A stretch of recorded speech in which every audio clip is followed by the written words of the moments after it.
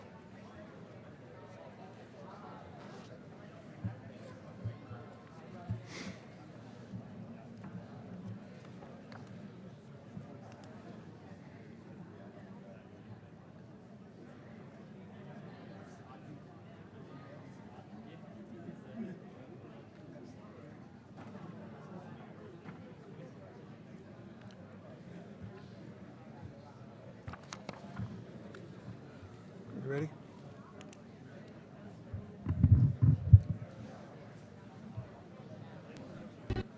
Would everybody stand up, please?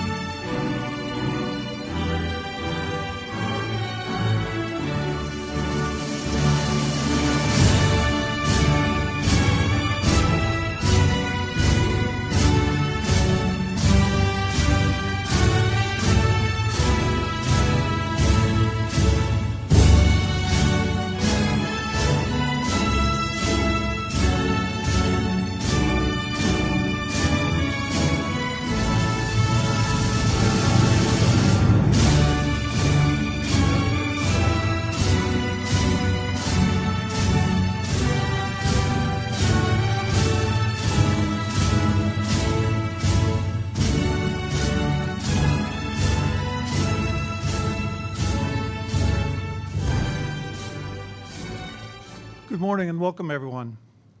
We're excited to be here to celebrate with our students to complete this milestone in their academic careers.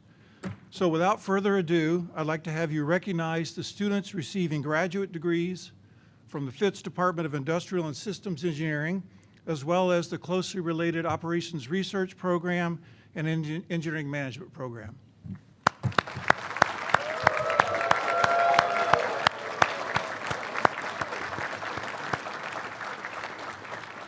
Thank you, and you can be seated.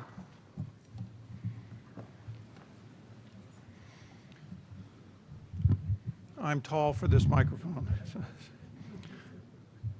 So I'm Russell King. I'm the Director of Graduate Programs in the Edward P. Fitz Department of Industrial and Systems Engineering, and I'll be serving as the Master of Ceremonies for today's commencement ceremony.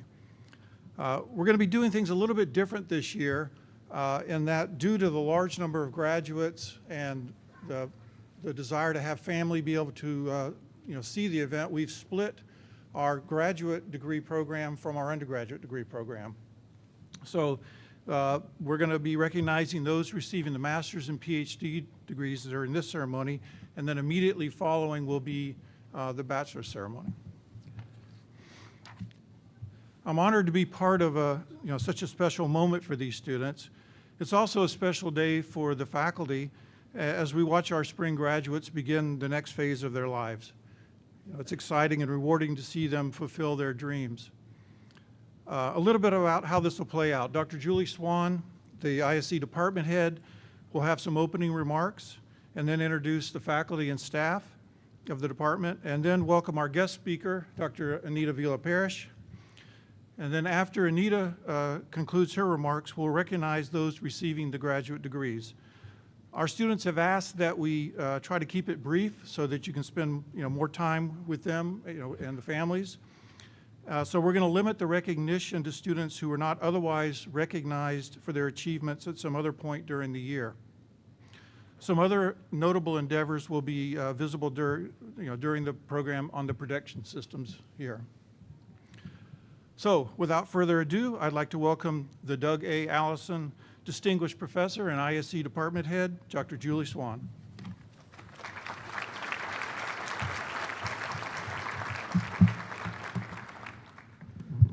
Thank you, Dr. King. I'm not quite as tall as he is, so. I am delighted on behalf of the Edward P. Fitts Department of Industrial and Systems Engineering at North Carolina State to welcome you to our Spring 2024 ISE Department graduation for graduate students and for affiliated programs. This is a wonderful day when all of our graduates and families are justifiably proud. The faculty and staff of ISE share in your pride. I am sure our graduates are both thankful and joyous today. I know also that we have many people listening who are watching us virtually, so I'd like to begin with a short overview of the department. Now, how many of you know what industrial and systems engineering is? Oh my goodness, we have some problems. Are you sure we're going to give out all these diplomas, Dr. King? Well, so I would have thought more of the graduates would be raising their hand, but I'm giving you one last chance to learn before you turn your tassels. Industry. We make industry better. Not just industry, but government and society. We make it more efficient, more effective, more equitable. We design and incorporate technology and think about decisions, often involving humans. This can be for systems of many different types, including manufacturing, supply chains, healthcare, transportation, knowledge, humans, and more. We in ISE are fortunate to have expertise that is both deep and broad, representing areas such as advanced manufacturing, health systems engineering, human systems engineering, supply chain and logistics, and system analytics and optimization. We are one of the oldest and largest academic departments of industrial and systems engineering in the U.S., celebrating over 90 years of excellence with the first 2 bachelor's degrees in industrial engineering awarded in 1933. Our graduate program was established in 1948 and our doctoral program in 1967. We currently have over 360 undergrad students, approximately 350 master's and PhD students, and more than 8,000 alumni around the world. We are a full-service ISE department covering all the areas I mentioned before, such as advanced manufacturing, health systems, human systems, supply chain and logistics, and system analytics and optimization. Our faculty are at the cutting edge, including all of those areas, plus supply chains for electric vehicles, data analytics, healthcare delivery during a pandemic, and the reshoring of manufacturing. In 2020, ISE moved to a new building on Centennial Campus that is NC State's first building built as a public-private partnership. The building is now proudly known as the Fitts Woolard Hall, in honor of 2 ISE alumni, Ed Fitts and Ed Woolard, and their extraordinary contributions. ISE also has affiliated centers, including the Ergonomics Center at NC State, directed by Julia Abate, and the Center for Additive Manufacturing and Logistics, or CAML, directed by Ola Harrison. We also have many faculty who participate in programs such as Operations Research Graduate Program that sits across the colleges of Engineering, Science, and Management, the Integrated Manufacturing Systems Engineering Institute in the College of Engineering, and our faculty are also providing leadership for the Master of Engineering Management, which is a joint degree with the Poole College of Management. I'd like to introduce the faculty and staff who are with us today. We also have some joining virtually online, but these faculty have been, and the staff have been an important part of your career pathway. May I ask my faculty to stand, and that way I'll make sure I don't miss anyone as well, please. Don't be shy. And we do have some on stage as well. Sorry, folks. You got to go up too. Shebna Mahish King, Ben Rashanok, Karen Chen, Layla Hajibabi, Ola Harrison, Jordan Kern, Russell King, Maria Mayorga, Brandon McConnell, Rohan Shearwaker, Benil Starley. Did I forget anyone? I believe that those are the ones with us today, and there are others online. Please join me in thanking the faculty.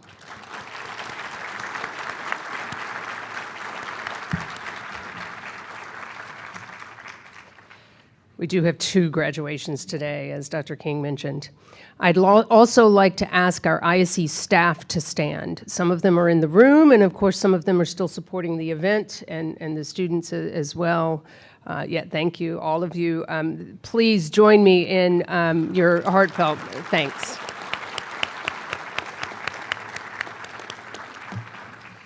They are often behind the scenes, but I like to remind everyone that it's our staff who put together the wonderful event and help make everything possible. Their contributions also enable the education of our graduates, along with the cutting-edge research of our faculty. Next, I'd like to mention some noteworthy events of the past year, as well as some of the major professional achievements of our faculty and students. For undergraduates, our seniors put a world of cool engineering projects on display at Engineering Design Day. We have first place winners that we'll recognize later today, including from Team 321 Coffee and from Team Manhattan Associates. Danielle Lewis received the IISE Dwight D. Gardner Scholarship. Sam Hoover and teammates set an American swimming record in the medley relay. And then on our graduate student side, Sahi Jung received the CES 2024 Innovation Award for Sustainability, Eco-Design, and Smart Energy. On the alumni side, Natalia Somerville, Operations Research alumnus, published a book, Operations Research for Social Good, A Practitioner's Introduction using SAS and Python. Tien Tien Ni and Team Walmart won the Informs Edelman Award. And Emily Tucker had an article published in New York Times, America is having yet another drug shortage, why it keeps happening. On the faculty side, Rohan Shearwaker will soon be announced as receiving the IISE Fellow Award. Adolfo Escobedo earned an NSF Career Award, and Ben Rashanok received the ISE 2024 C.A. Anderson Award. Please join me in congratulating all of our ISE members. As you can see, we have an outstanding group of students, alumni, and faculty. I want to tell you that this would not be possible without your support. You, the students, have contributed across the board in these initiatives. You, the parents and family, have supported your loved ones. You, our donors and sponsors, have also helped us lay the foundation for the engineering leaders of tomorrow. In truth, we cannot do it without you. I've told you a little bit about the past and the status quo at NC State, but let me also remark on the future. The department has developed graduate certificates in engineering management and data science and analytics to meet the needs of industry. Students, you're not left out because there will be professional education opportunities I'm sure you will continue to join with us for. We are planning for the increase in growth in engineering announced by North Carolina's legislature to meet the growing demand in North Carolina, and we anticipate the continued growth of the engineering management program, which enables graduates to pair excellent technical knowledge with savvy business instincts. We are increasing our student participation in study abroad, and we have ongoing engagement with alumni. So students, while you might want to forget about us for a short time, don't let it be long, because we want you to continue to be involved as alumni of NC State and of ISE and the associated programs. In time, you will see we are not just an institution, a department, or a program, but we truly are a pack, greater than we would be on our own, greater for your involvement and engagement with us. So today we celebrate your graduation with us. You are part of the Wolfpack and you are in our hearts and minds, and we look forward to the time when you rejoin us, perhaps in our building or at a future sporting event or an alumni celebration. Finally, it is my great pleasure to introduce to you our graduation speaker. Dr. Anita Villa-Parrish has over 15 years of experience in the healthcare industry, including research innovation grants, analytics, consulting, delivering best-in-class software. She is the head of product management for pharmacy services at Amazon Pharmacy, where she is responsible for delivering innovative solutions for pharmacists, patients, and prescribers. So you will be benefiting from her services at some time in the future. Prior to this role, she was the Senior Director of Products for the Precision Medicine Research and Clinical Decision Support portfolio at McKesson. Her team has delivered products used by thousands of oncologists to help over 1 million patients. She has spent time in academia as well, including with ISE, and has published many refereed articles, received grants, was recognized receiving the Blesses Award for exemplary student advising, the Anderson Teaching Award, and many others. She holds her PhD and bachelor's from ISE at NC State, as well as master's from both Duke and Texas. She resides in North Carolina, where we are delighted when she comes back to campus, and she was selected as an outstanding young alumnus of ISE in 2022. With that, I would like you to join me in welcoming Dr. Anita Villa-Parrish.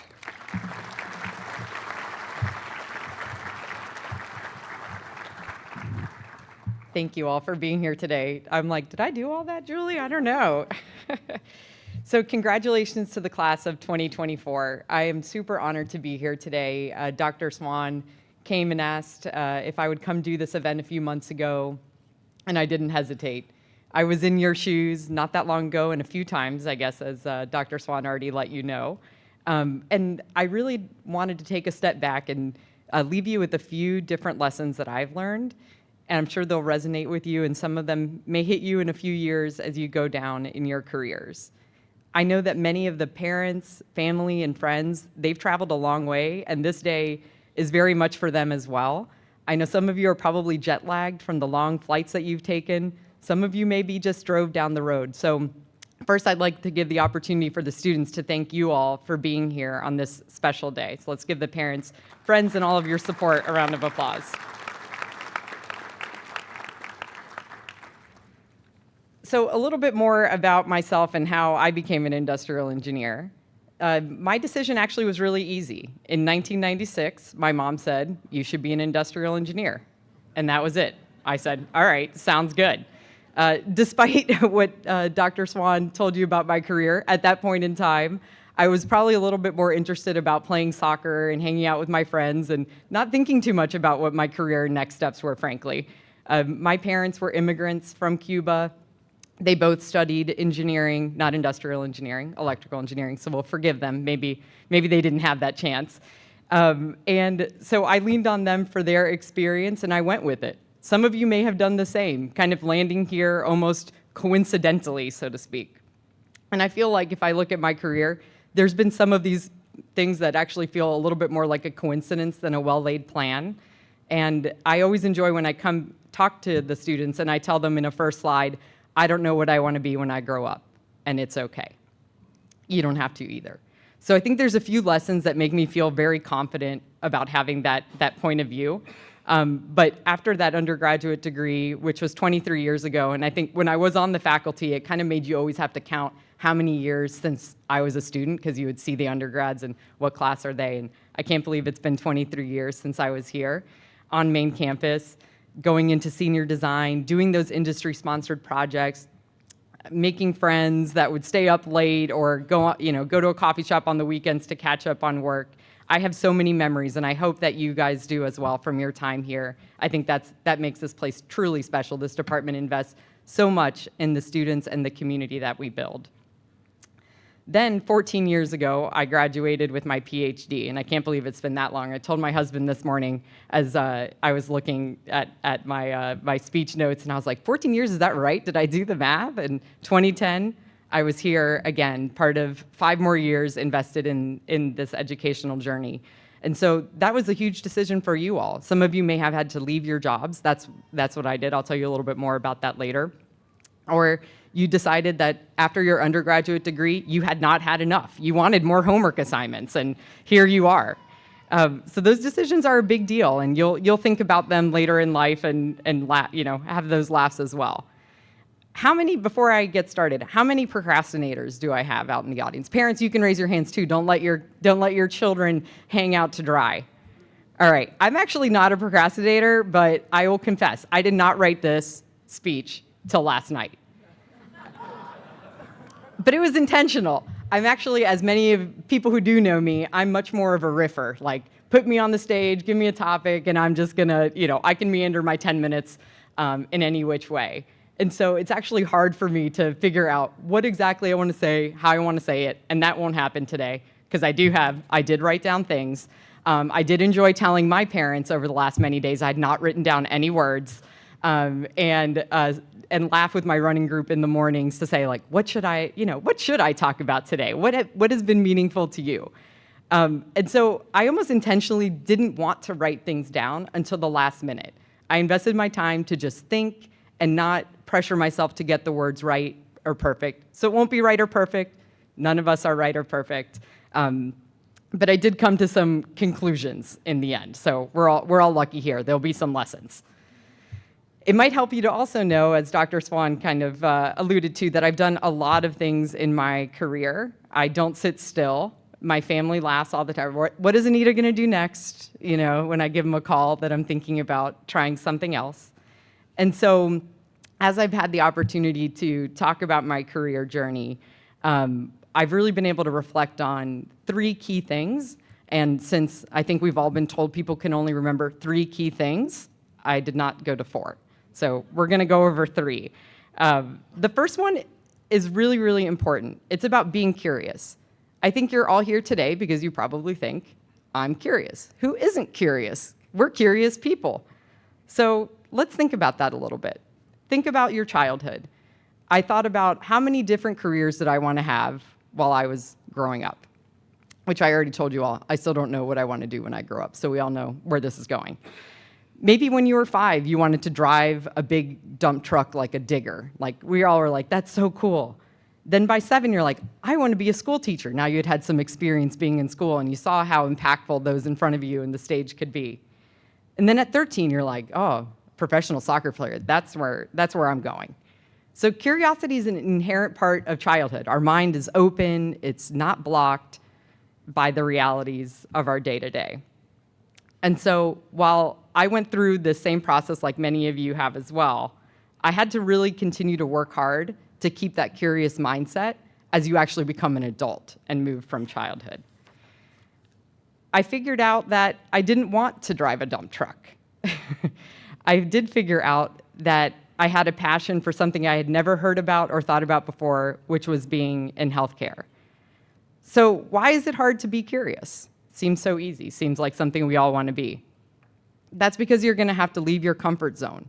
You're going to have to ask questions, and most importantly, and probably a big barrier, you have to feel like the dumbest person in the room, and you have to embrace that. Every job that I've started, I'm the dumbest person in the room for at least a few days. When I was at Dell, which was my first career after I left NC State Industrial Engineering undergraduate degree, it was the early 2000s. It was the heyday of the personal laptop. They were small. They were getting smaller by the day. You were going from the giant bricks to something you could actually carry around. And there was a lot of really important and interesting problems. So I got really curious about having more time to solve those problems. That's when I decided to get my graduate degree at Texas A&M while I was working, like some of you may have as well. And I had this crazy thought. You know that thought about being a teacher when I was 7? I went back to it. And I thought, I would like to go back to get my PhD and teach students. And I would like to have time to actually be super curious and not have to deliver a product feature that's due tomorrow. And so I left my job, as many of you graduate students know, took a big pay cut, but invested in those years to be super curious.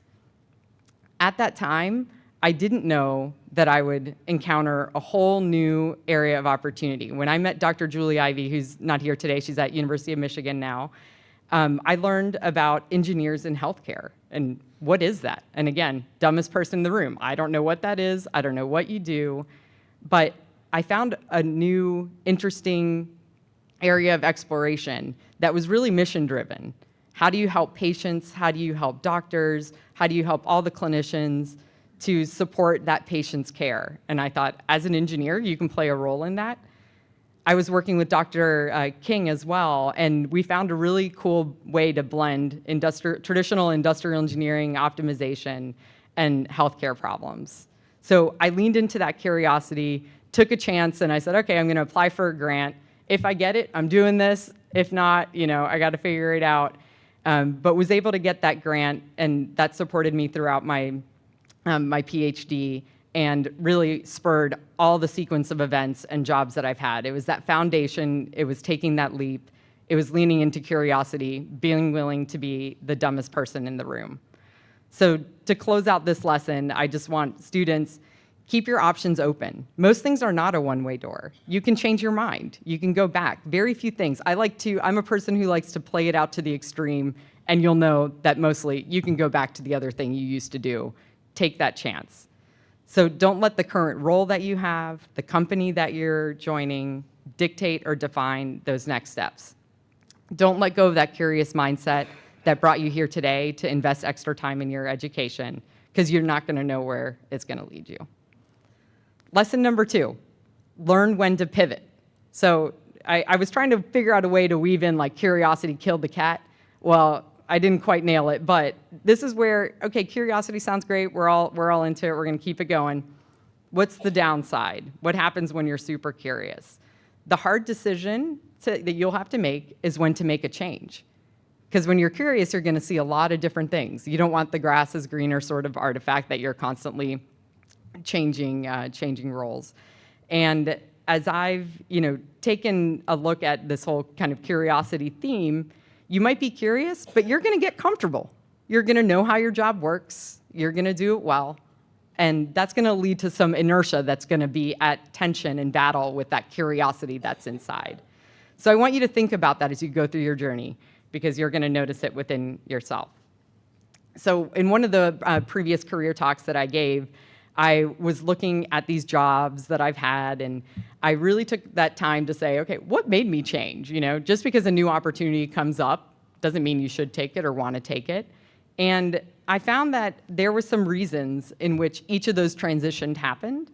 And I wanted to talk about a few of them so that you start looking out for these sorts of triggers, behaviors, and take advantage of taking that pivot when it's right for you. So I already mentioned that when I was at Dell, I got very curious. I was all ready to go. And really the thing there, besides that curiosity, was having that time to dive deep. I think as I look at various times in which I've changed roles, it's that thirst for more knowledge, and you need to make that change to really be able to dedicate the time and dive deep. And that's definitely what made my transition from Dell to NC State. I should mention I had a brief stop at Duke that I don't like to talk about. No, just kidding. NC State was a much, much better fit, and I made that pivot as well. But as I became ingrained in the healthcare area and started doing some consulting, I was at another crossing point. I loved working with students. Some of you here today were my students, which is amazing to see you again here in your next accomplishment. And so it's a big decision to leave this department and leave the students. But I had this nagging feeling in the back of me that was saying I was really ready to go back to industry, and I was ready to take all of the knowledge that we had built within this department and go implement it somewhere at scale and at speed. At that time, I was a little bit comfortable, and I had a 1-year-old, and all of these things kind of slow you down from maybe quickly looking for other jobs and opportunities. But my husband got a call from Amazon with an opportunity for us to move to San Francisco, and I, again, did not hesitate. I said, let's go. Now, unfortunately, that meant I had to leave the department with very little notice going into the fall semester, but I left with no job, moving our family across the country. knowing that the skills and confidence that I gained in this department would lead me to my next step. And so this was probably my scariest pivot from that point of view, being without a job. But I was able to find a job, really being able to work with industry executives at a company called Gartner and going really wide. I had gone really deep. And so what I was really thirsting for was like a way to zoom out again and work in the healthcare space as a whole, not just in the land of innovation. So as that moved forward, I was really gaining great experience, and I was recruited by McKesson in this oncology tech unit. Something I had learned over the couple of years at Gartner was that I needed the skills to be able to implement AI, software, technology. That is, the future of how jobs are done today. And so that's why I took that pivot. I identified a gap. If you have a gap that you want to learn and it's not going to be satisfied in your current employment, go look for it. Be very diligent that that's why you're taking that role. You're going to get a certain skill that you're looking to build, and so you take that leap in that decision. I knew nothing about precision medicine. We used to have a joke about certain people at work that they didn't know a gene from a bean. No one said that about me, but genomics was at the height of oncology, and I was the dumbest person in the room. But surround yourself with smart people. That allows you to make the pivot. Seek the guidance of others. You may be the dumbest person in the room, but those around you are going to help you become an expert. After several years at McKesson and working in oncology, and it was an extremely amazing experience, again, touching so many lives with our tools and our technology, I was ready to do something else. I was really ready to join more of a startup space, a space that was moving fast, that was building something net new. And I started to look around. I had an offer from a startup, actually also in oncology. I was ready to take it. I was like 2 days away from signing. I get an email from Amazon. Amazon was always a company I had wanted to work for, like maybe many of you, just known for being obsessed with customers, building technology that are at the tip of all of our hands today, and had been getting into healthcare. Now, I didn't mention specifically my dissertation did have to do with pharmacy, and I could have written this whole talk telling you this was my exact dream job that I would have worked towards, and all of these pivots and curiosities led me there. And maybe, but I think there's a lot of luck and that open-mindedness I talked about. So in an intense 72 hours, I went through the very intense interview process at Amazon, got an offer, took it, and have been there 2.5 years now. We're building super fast, we're having a lot of fun, and I haven't looked back since that decision. So I tell you these stories because there's going to be key moments. There's going to be little triggers. There's going to be those nagging thoughts. It's going to be easy to ignore them. You're going to be comfortable. Start to listen for them now. Make sure that they're not a blip. You're going to be stressed out one day and say, like, this job I got to go somewhere else. You have to marinate on that. You have to understand your own reactions to the work environment around you. But start to listen to them, start to be attuned. I think that's something that I really was able to catch on to even more so in the last 5 to 6 years than in the position you are now. And I think it's helpful to know that you're going to have those feelings. And if you embrace them, you're going to know when it's time to pivot. Last lesson, and this one will be more brief, but it's about building a community. So students, I want you to look around you. Look at the students to your left, to your right, that have been in your classroom. You're like, that's awkward. I don't want to look to my left and my right. But who do you see? Are these people who helped you stay up late when you were struggling with an assignment? That helped to encourage you? For those of you with your PhDs today, the faculty probably had to encourage you when you saw an article published that looked like the dissertation you were writing. We all had those freak out moments. You had friends outside of this room that helped you balance some fun with all of your studying. This isn't going to change. After today, you're going back out into the world, whether that's to a new job, a further education, to have some fun before you find that next opportunity. And having that community and the importance of finding that community is not going to change. You're going to need a shoulder to lean on when a meeting goes bad. You're going to need a mentor that helps you navigate some of these tricky situations and encourage you. Some of those mentors are in the room and they're not at work with you. And you're going to need folks to remind you to take care of yourself.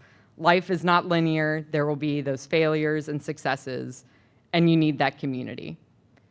So today, I want to remind you that you're joining the NC State ISE community. This place is not going anywhere. As you can see, I keep coming back, and I hope you do too. And you have many talents and experiences that we're going to rely on that you'll use to help others that are going to come after you. So help us build it. That's my request to you all. So I look forward to remaining as one of your biggest cheerleaders. As you remain curious, I want to see those pivots on LinkedIn. And congratulations to the class of 2024. Let's go Wolfpack.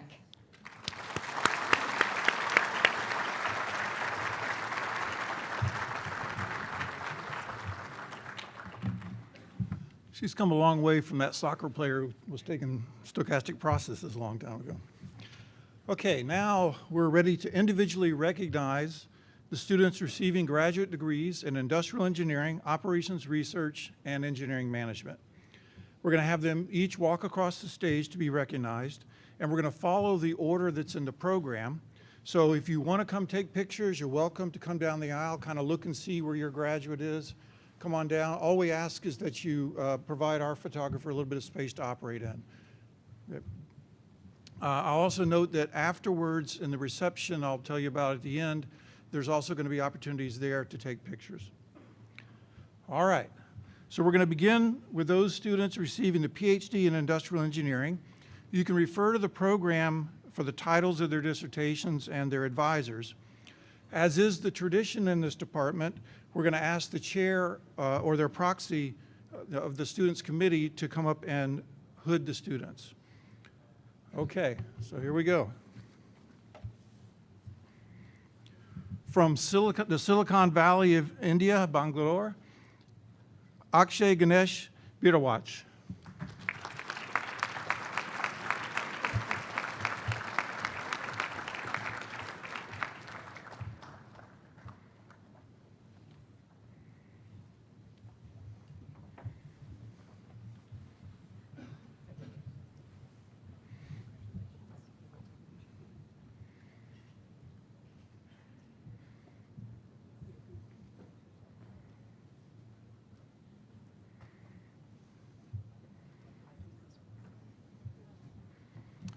Okay, from the City of Usefulness, Somfel Apul Crimea, Pavel Pasha Koprov.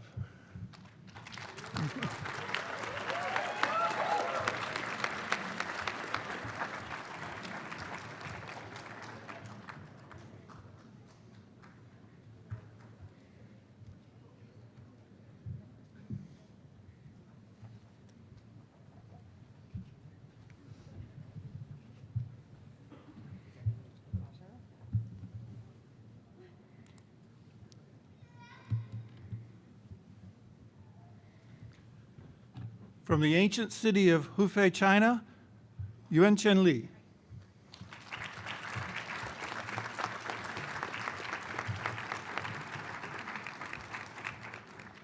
As you can see, we only have one faculty who apparently work with PhD students. I love you, honey.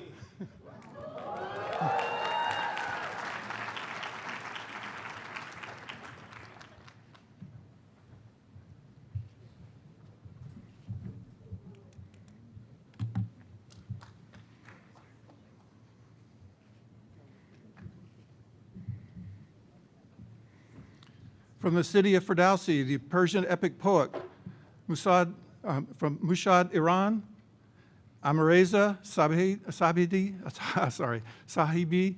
Farabad.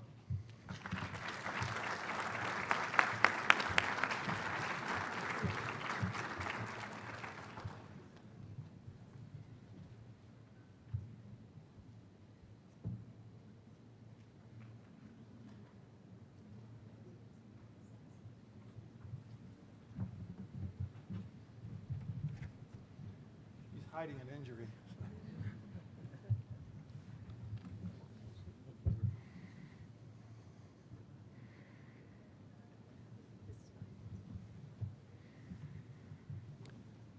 From the resting place of Mustafa Kemal Ataturk, the founder of modern-day Turkey, Ankara, Turkey, Akin Akyavic.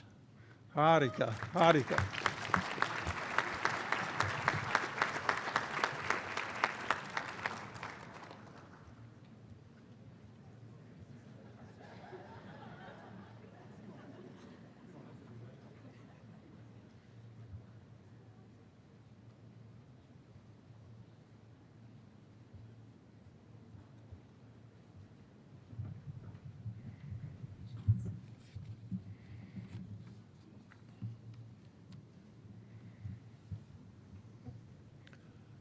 Okay, now we're going to move on to those receiving the Master of Industrial Engineering.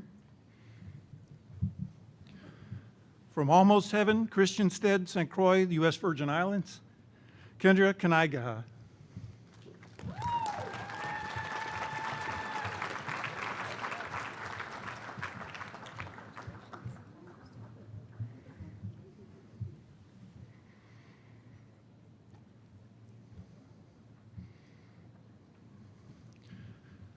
From the land of Lala Mountain Peaches, Taiwan, Yuan Cheng.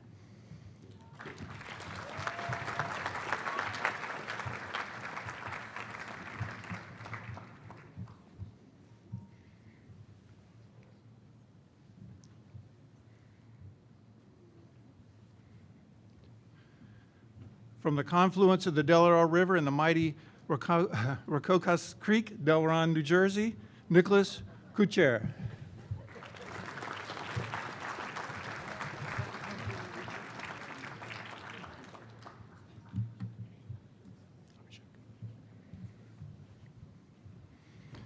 From Bollywood, Mumbai, India, Abhishek Gupta.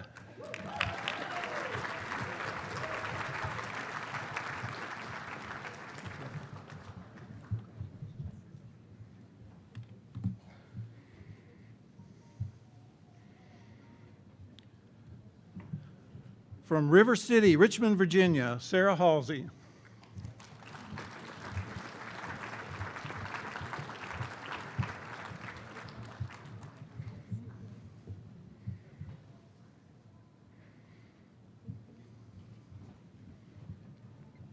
Escaping from the southern part of heaven, Chapel Hill, North Carolina, Samuel Hernandez.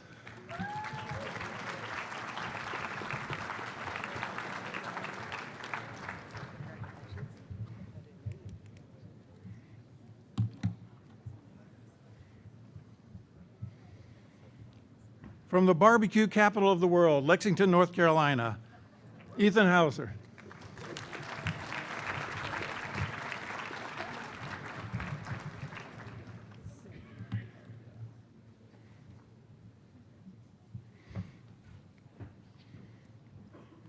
From the city of 72 nations, Tehran, Iran, Kasra Jilian Kaveh.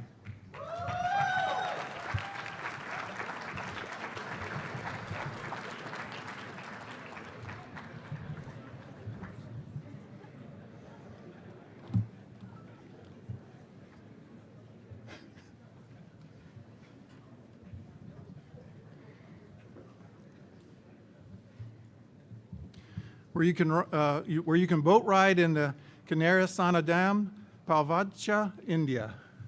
We got Manoj Kumar Kalagunghat.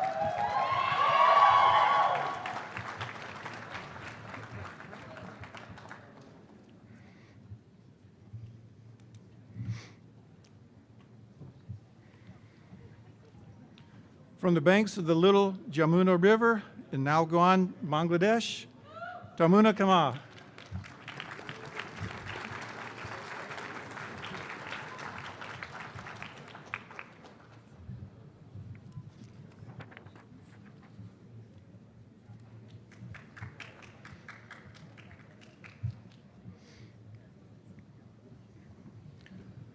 From the Queen City of Charlotte, North Carolina, Olivia Lowe.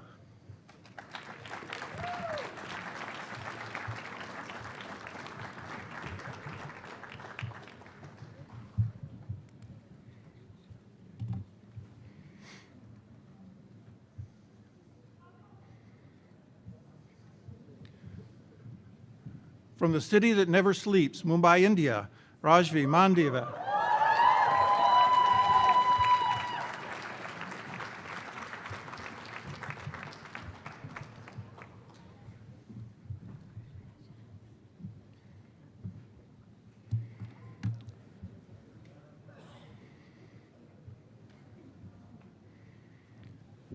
From Creole City, Caguas, Puerto Rico, Angel Miranda.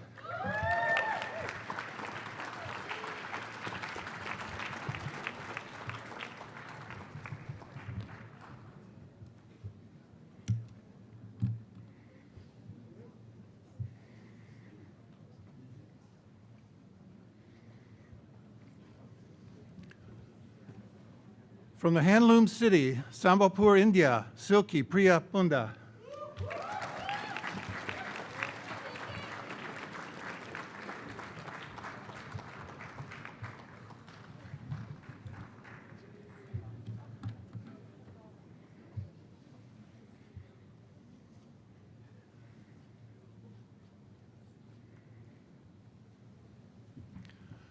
From the matchless city of matches, Kavilpati, India, Dana Soye Perumat Sadni.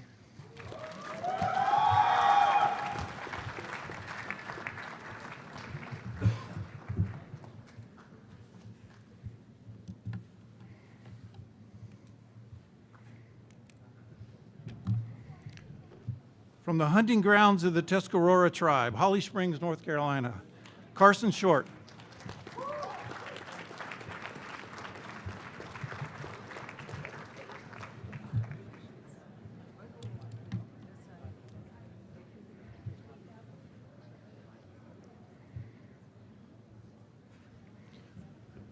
From the capital city of India, Mumbai, Ananth Shivas Raman Krishnan.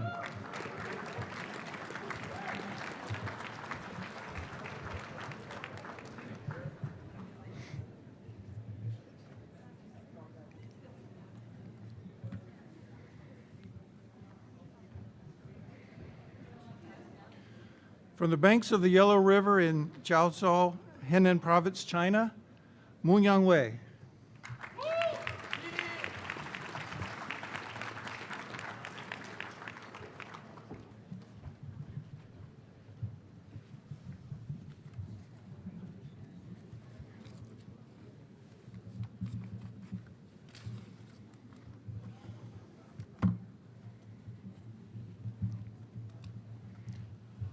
Okay, now I'd like to bring up Dr. Maria Mayorga, the Director of the Operations Research Program, to recognize the students receiving degrees in Operations Research. Maria?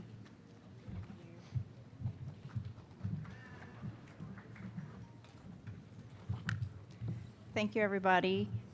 So as Dr. Swan mentioned earlier, the Operations Research Program is a independent graduate program that is joint between the Colleges of Engineering, Science, and Management. So I'm going to begin with the PhD students. I don't have this fabulous thing that Dr. King has been doing with where they are. I'll tell you a little bit about the PhD students. And their advisors will come up to hood them as they come up. So after completing the degree, this candidate will be returning to West Point to teach in the mathematics department. So Dr. Matt Fukuzawa.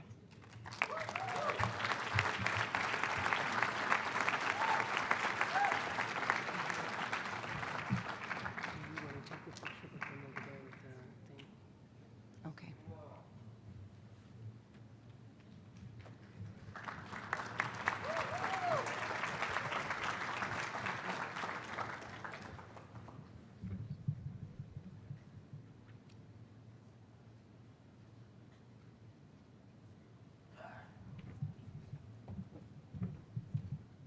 Okay, and the next PhD candidate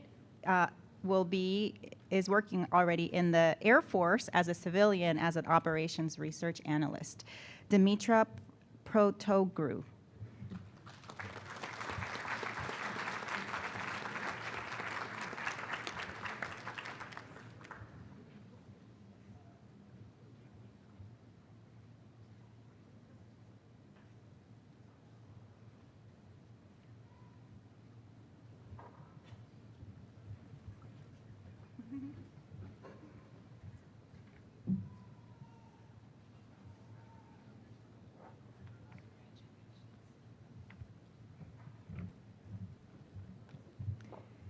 Okay, and we have one candidate with a Master's of Science, meaning that they had to do a thesis, and that is Gregory Bremser.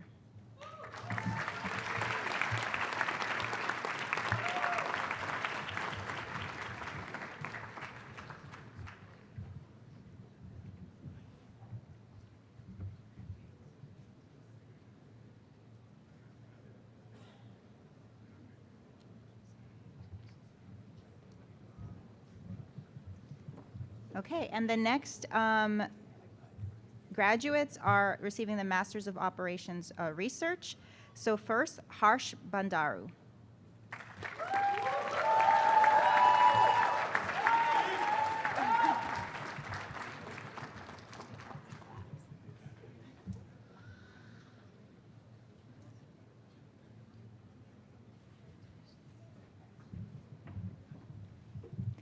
Next, and this candidate will continue on to the PhD, Ho An Chen.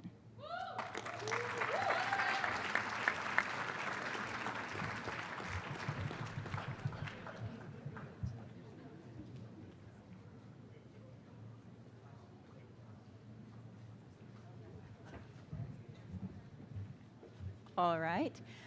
So I believe that the next candidate is the first OR student graduating with the new OR online degree, Paul Matney.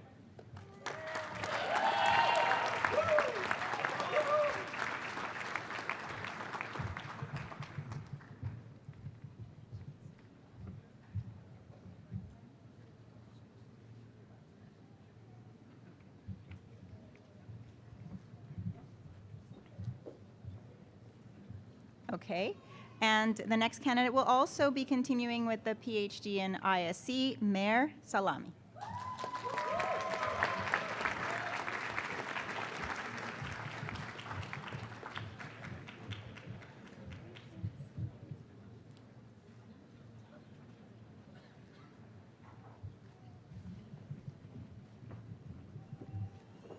And now I'll turn it over to Dr. McConnell?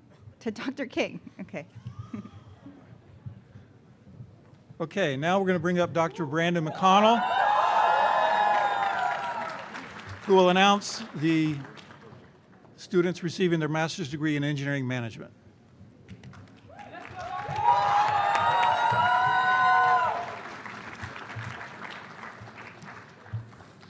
That's what I'm talking about. All right. Good morning. The Master of Engineering Management degree program provides a flexible engineering degree to enhance students' business, communication, and managerial skills while also retaining and deepening their technical identity. Today, we are delighted to recognize the achievements of our graduates. First up, Jordan Edelman.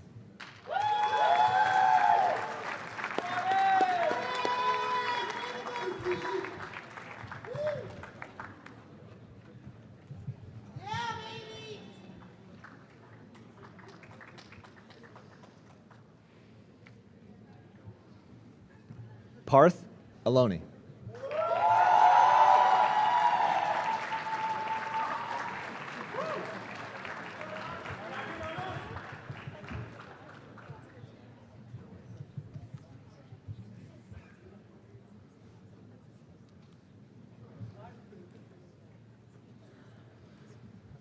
Shivani Badami.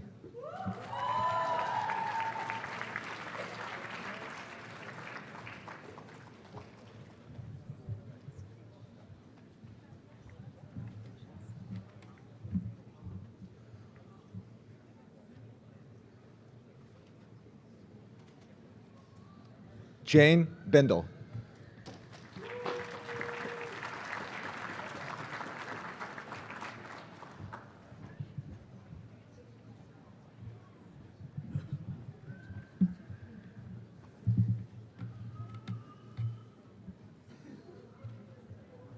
Yano Birdie.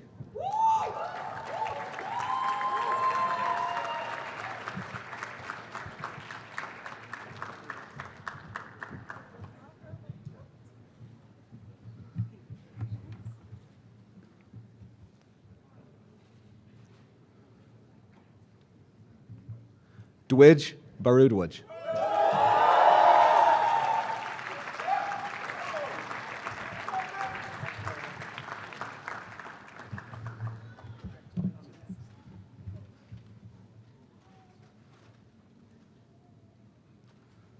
Shubham Boyer.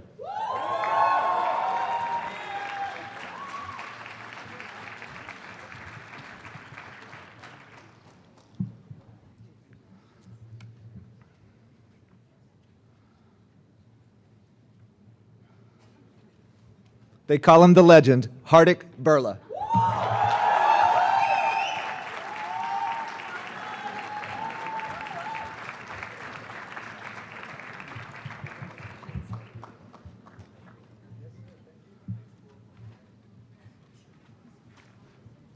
Kiati Desai.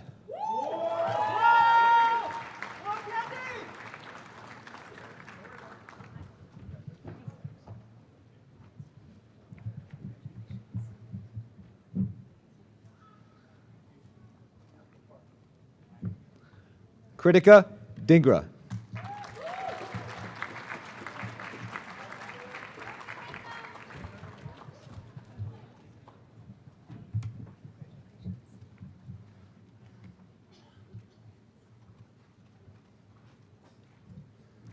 Sarah Doot.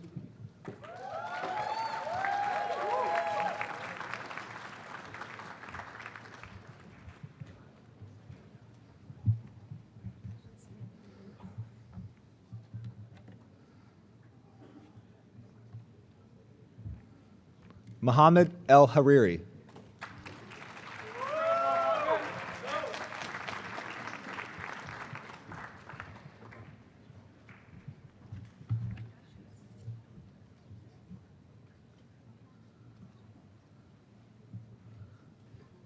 Vamsi Engu.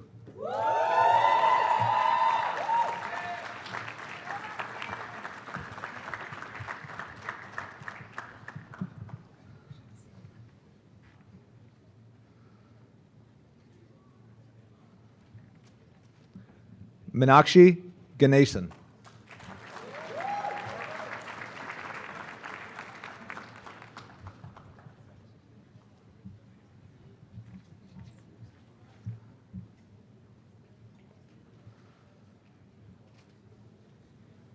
Harshavardhan Gorley.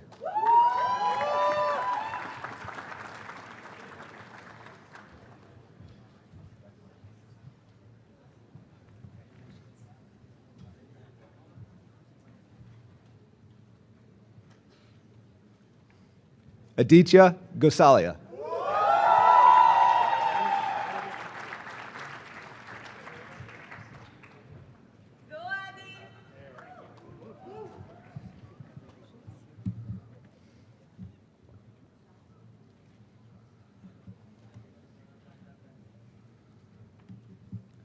Tyree Houghton.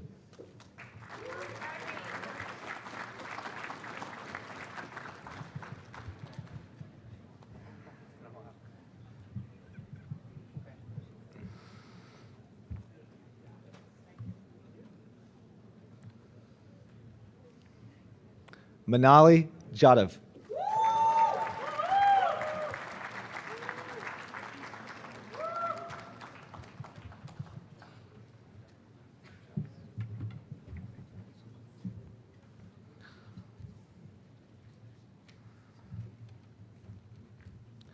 The first to complete the program in 2 semesters, JJ Jehangir.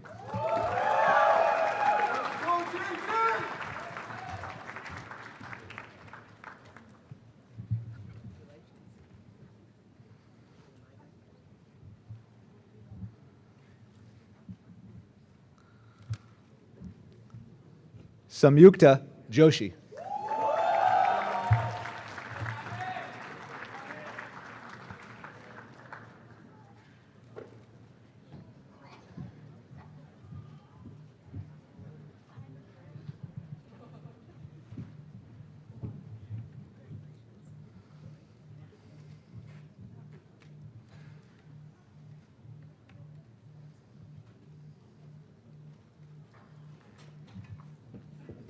Devpranya Kadam.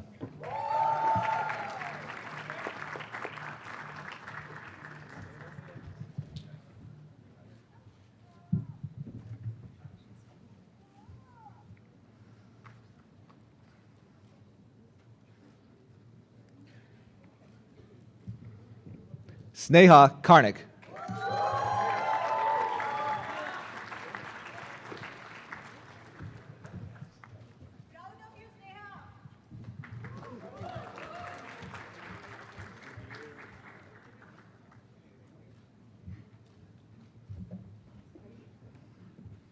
Malavika Kolagadla.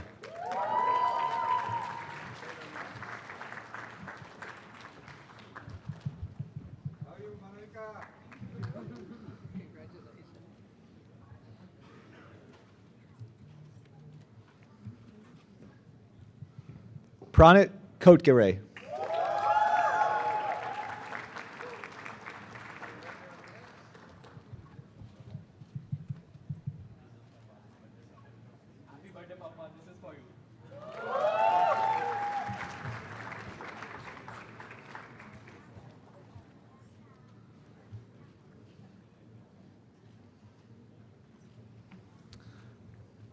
Gautami Lakshminarayan.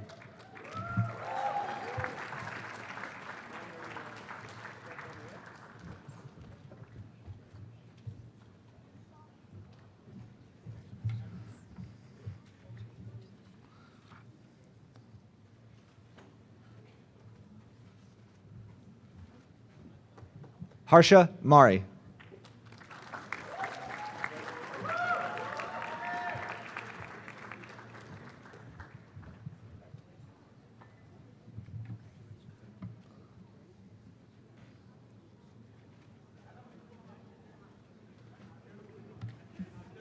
Janvi Modi.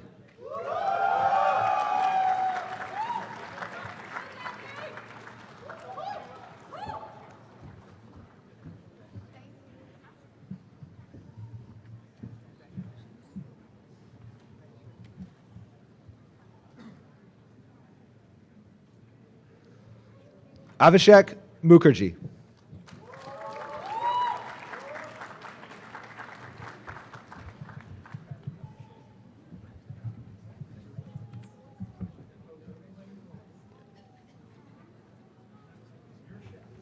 Suhas Udapa Mundkar.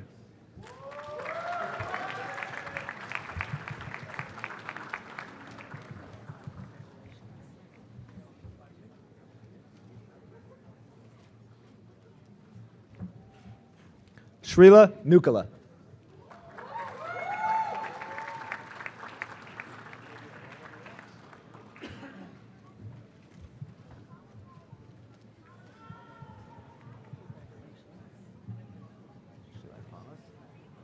Keep going.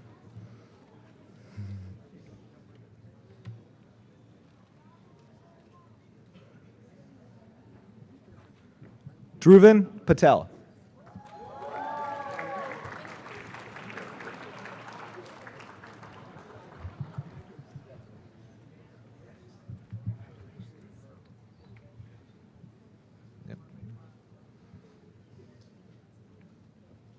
Atharva Pawar.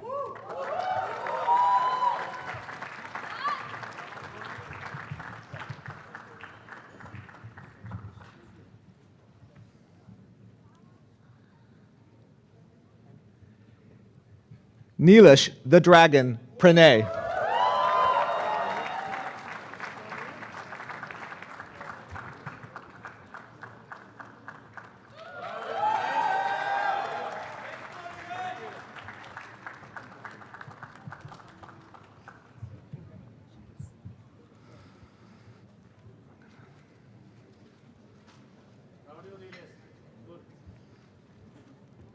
Arundathi Ranganathan.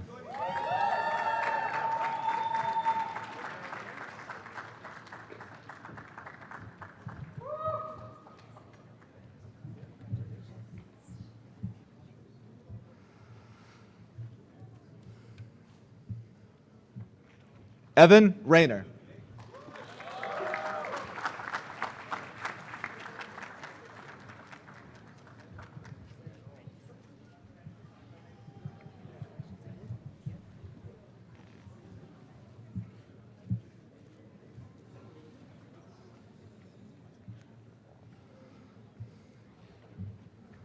My friend and yours, Niketh Sai Ramesh.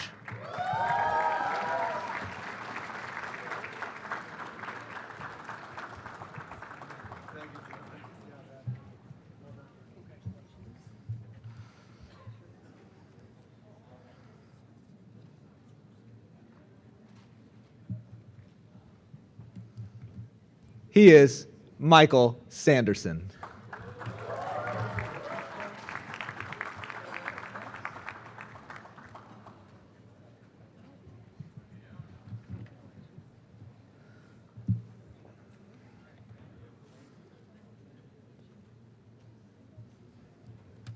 Abhishek Shah.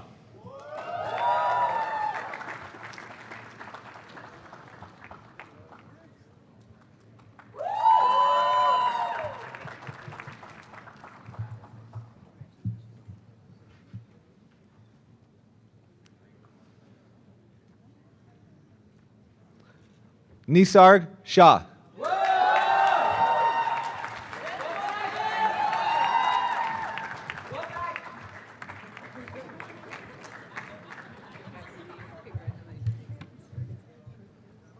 That's dangerous right there.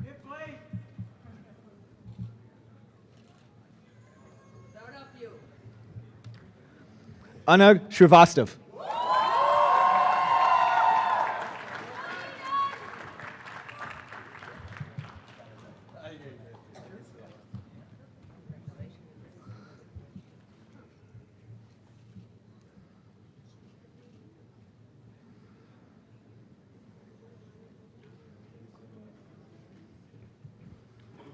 Sanyukta Samani.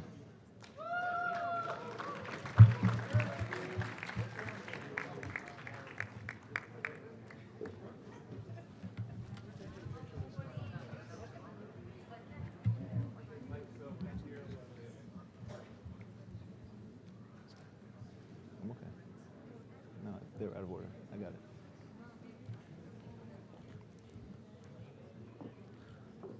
Lakshmi Sivakumar.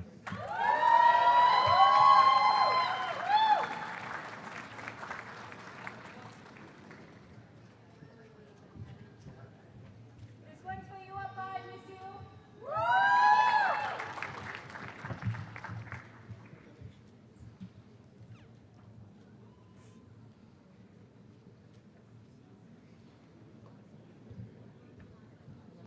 Benjamin Stonefield.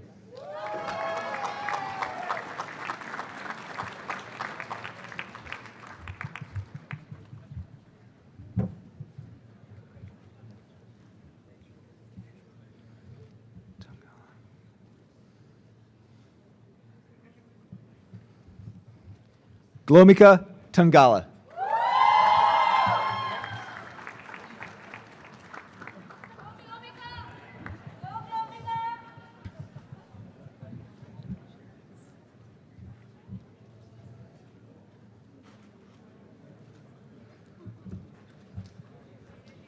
Rashi Thipareddy.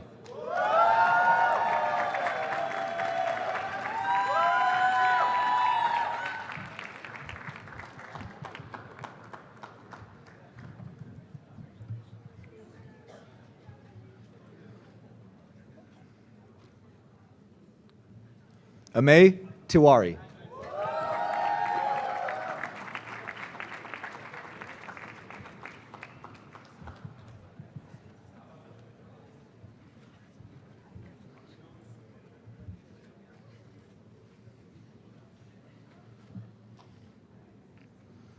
Gabrielle Tanse.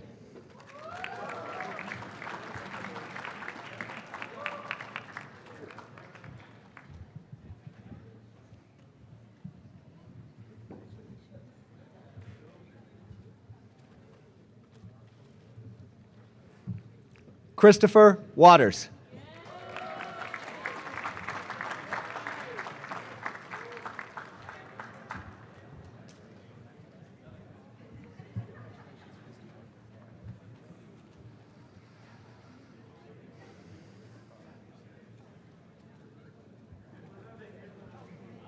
Tyler White.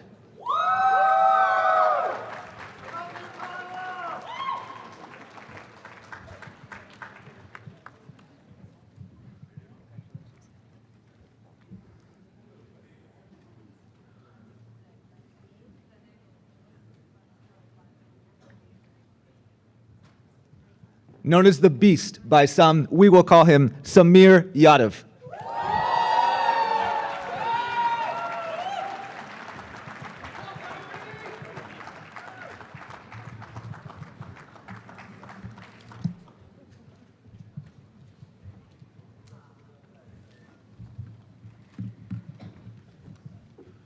All right. So I want to repeat something that Dr. Villa-Pérez did earlier, but the faculty and staff and the students would like to recognize all the grandparents, parents, husbands, wives, significant others, children, brothers, sisters, family, friends, whoever is here to support the graduates. Would you guys please stand up?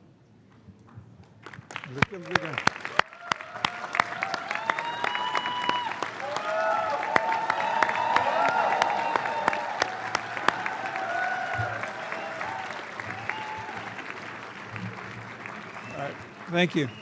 Okay, you can sit down. Will all the graduates please rise?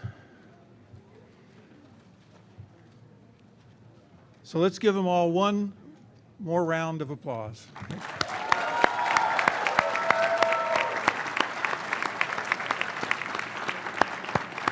Okay, you can sit down. Okay, we now invite you to a reception that's going to be just down the hallway on the left.